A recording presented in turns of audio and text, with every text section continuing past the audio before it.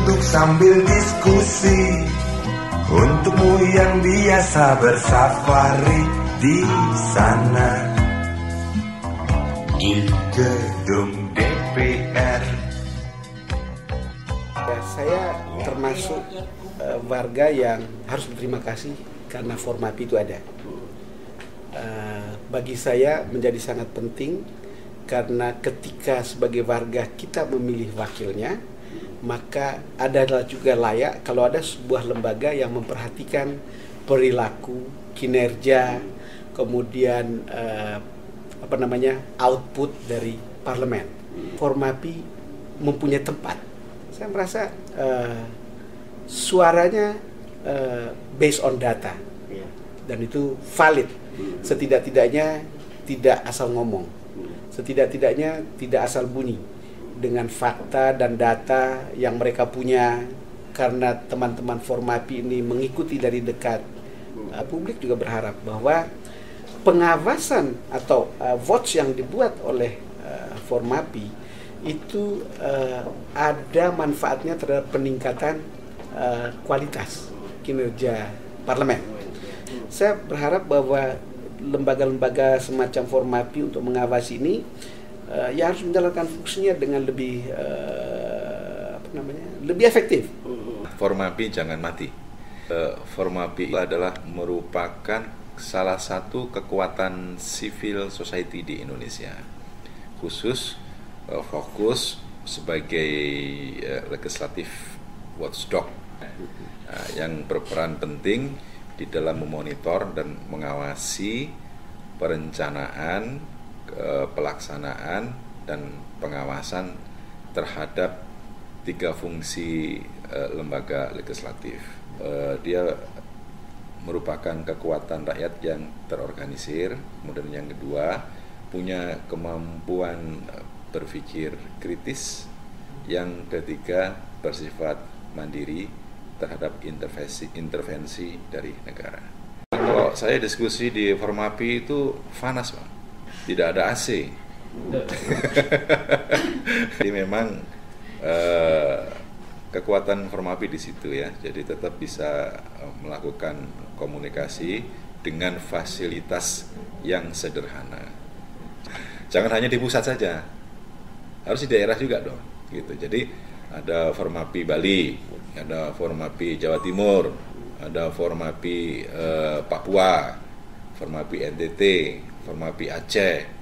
Itu akan menjadi salah satu kekuatan civil society yang betul-betul terorganisir dan menjadi harapan bukan saja bagi rakyat Indonesia tapi juga bagi bangsa dan negara. Mengikuti perjalanan parlemen sambil melakukan koreksi-koreksi seperti yang selama ini dilakukan oleh Formapi, menurut saya itu sangat penting dan malah mungkin perlu lebih ditingkatkan lagi. Kalau saya lihat Formapi, dia punya kekuatan sebetulnya di metodologi, di kekuatan dalam menghimpun data, memformulasikan hal-hal yang terjadi di masyarakat. Itu sebetulnya keampuhannya civil society organization ya, dan itu yang bisa ditularkan atau dikatakan kepada parlemen, Anda harusnya kayak begini untuk kontrol pemerintah yang kayak gitu. Kalau dikatakan bahwa Formapi hanya bisa mengkritik, saya nggak lihat. Saya lama di Senayan dan menjadi sekretaris jenderal DPD RI, dan saya mengikuti juga bagaimana Formapi mengkritisi baik DPD maupun DPR. Menurut saya cukup proporsional. Memang kritiknya banyak, pedas, tapi sebetulnya di balik kritik itu ada solusi-solusi juga yang diberikan. Saya tidak pernah berpikir kalau Formapi ini suatu saat tidak ada gitu loh. Seperti Formapi ini mestinya menjadi inspirator bagi lahirnya komunitas-komunitas yang sama di berbagai daerah. Saya tidak berpikir bahwa Formapi itu lebih baik dibubarkan gitu, tidak gitu. Tapi justru yang ada adalah Formapi dipertahankan. Ya tentu mungkin kalau ada perbaikan ya diperbaiki gitu lah, karena di tengah keterbatasan finansial Formapi sekalipun dia tetap mampu berkiprah untuk memberi yang terbaik bagi bangsa dan negara ini. saran saya ya, karena efektivitas pekerjaan, advokasi dari Formapi ini sudah begitu luas gitu ya. Tidak ada salahnya kalau Formapi misalnya menggalang dana publik untuk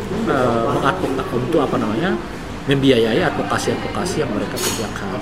Formapi adalah yang paling konsisten isu parlemen. Dia bisa memainkan itu otoritasnya untuk bargaining position dengan pemerintah, parpol. Nah, selama ini peran Formapi sangat penting ketika menyuarakan hasil evaluasi terhadap DPR, gitu. Terutama juga menyentil partai politik. Bayangkan kalau misalnya Formapi nggak ada lagi, saya sendiri tidak terpikir apakah lembaga yang lain bisa secara konsisten dan terus-menerus dan hanya fokus di isu DPR. Dari hasil risetnya, cukup kritis karena berdasarkan ya pengawasan langsung, pengamatan di lapangan. Aksi bagus juga kalau Formapi ini bisa goes to kampus, kerjasama sama lembaga-lembaga kampus. Formapi selalu mengingatkan kita bahwa partai politik ya kan, atau politisi yang hadir di parlemen itu bukanlah orang-orang yang kemudian harus larut atau menjadi lupa diri terhadap tugas-tugas utamanya. Saya ingin mengatakan bahwa agak rugi kalau ada politisi atau partai tidak berinteraksi ya dengan Formapi ya kan.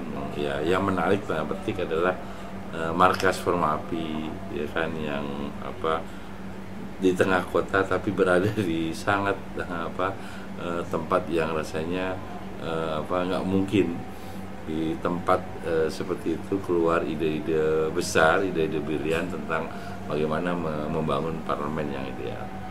Ketika di dalam Formapi ya sudah, yang pertama kita jangan pernah pakai dasi, jangan pernah pakai jas ya kan, gulung tangan panjang ya kan, buka hanya satu kancing bagian atas supaya kita enak leluasa ketika kita berdiskusi di Formapi. Pada tahun berikutnya setelah 13 tahun berkecimpung ini, Formapi semakin menemukan bentuk yang kokoh. Yang penting juga adalah dalam konteks ini adalah melakukan proses pendidikan politik untuk bisa lebih peduli pada parlemen.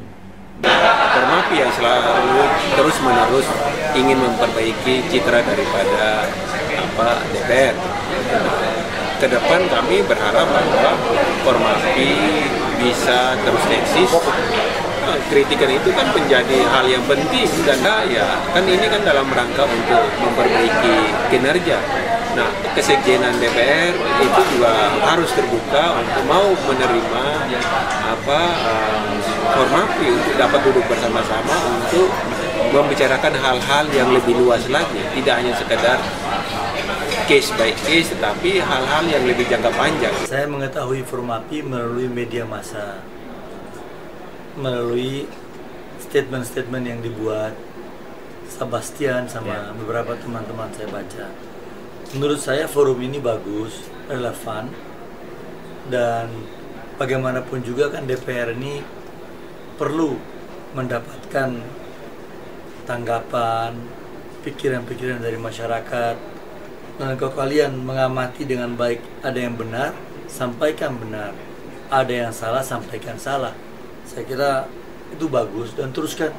Saya mendukung. Selama ini yang saya rasakan, Formapi ini sudah menjadi sahabat media, sahabat wartawan, karena banyak sekali memberikan data-data mengenai kinerja parlemen secara institusi maupun kinerja anggota DPR secara personal.